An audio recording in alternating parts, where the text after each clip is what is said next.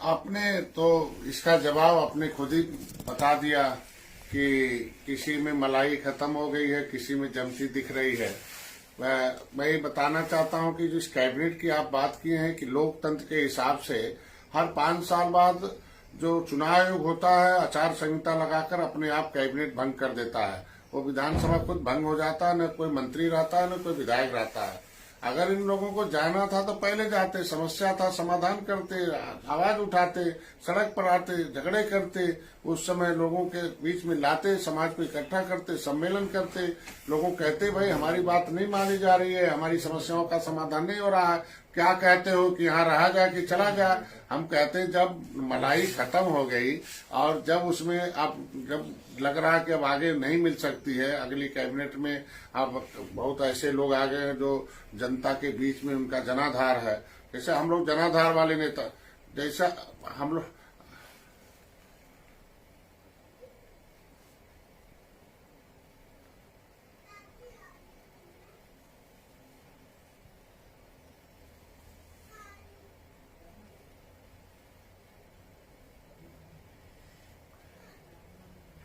नहीं, मैं कह रहा हूं कि अगर इन्हें 5 साल दुख नहीं था, 5 साल में अपनी समस्याओं को कभी चिट्ठी में नहीं राज्यपाल को लिखे, कभी इन्होंने कभी होम मिनिस्टर को नहीं लिखा, न कभी मुख्यमंत्री, कभी राष्ट्रीय अध्यक्ष भारतीय जनता पार्टी को नहीं लिखा।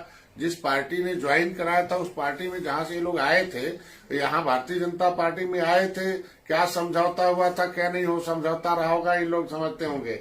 लेकिन जब ये 4 साल मंत्री रहे, लेकिन कभी अपने समाज की समस्याओं के लिए, जिस समाज के आज जिक्र कर रहे हैं चिट्ठी में, कभी आंदोलन किया, कभी सम्मेलन किया, कभी लेके आए। मैं तो अभी मान लीजिए प्रधानमंत्री के मंच पर था तो मैंने तो अपनी समाज की समस्या उठाया कि भाई मेरे समाज की समस्या 70 साल से सताया पिछली सरकारों ने। ये हम वकील है और ये आप वकील के जगह पर जज है, आप जज है जजमेंट करिए, आज नहीं कल करिए लेकिन जरूर करिए।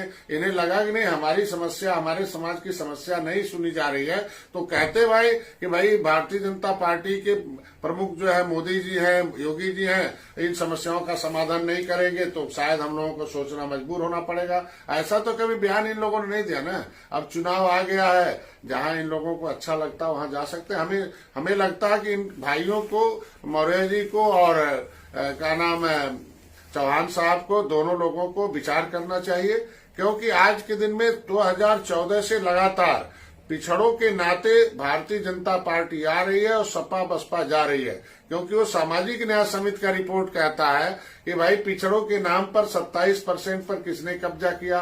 हम कहते दूसरा कोई कब्जा कर लेता, वोट लेकर कब्जा किया, जिसका वोट लिया उसी की नौकरी पर कब्जा कर लिया।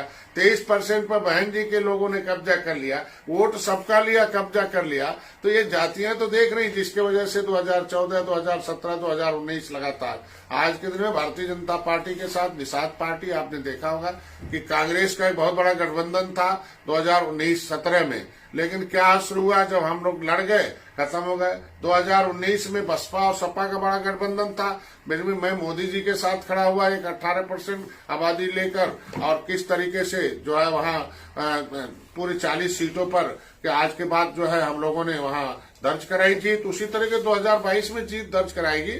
अभी तो यहाँ जो निषाद पार्टी और भारतीय जनता पार्टी है, ये कैडर बेस्ड पार्टी है। ये समाज के बीच में सामाजिक ऊर्जा को राजनीतिक ऊर्जा में बदलने का काम है। इनके दिन रात कैडर गांव में काम कर रहे हैं और वहां नेता के पॉकेट में वोट नहीं है, पॉकेट पार्टियों की नीतियों पर है। वो पार्टियों की नीतियों के हिसाब से वोट पड़ता है, आता जाता। नेता तो अपने सुविधा के हिसाब से आता और जाता काम करता। हम लोग पार्टी के राष्ट्रीय अध्यक्ष हैं, नीति और नियत के हिसाब से उसे काम करने के लिए काम कर रहे हैं। हमें उम्मीद है भारतीय जनता पार्टी को भी ऐसे सभी छोटे जो और नेता बाहर से आए हैं या जो उपेक्षक, मतलब जिनके मन में शंका है कि हमें मिलनी चाहिए, उनसे बात करनी चाहिए, उन्हें संतुष्ट करना चाहिए।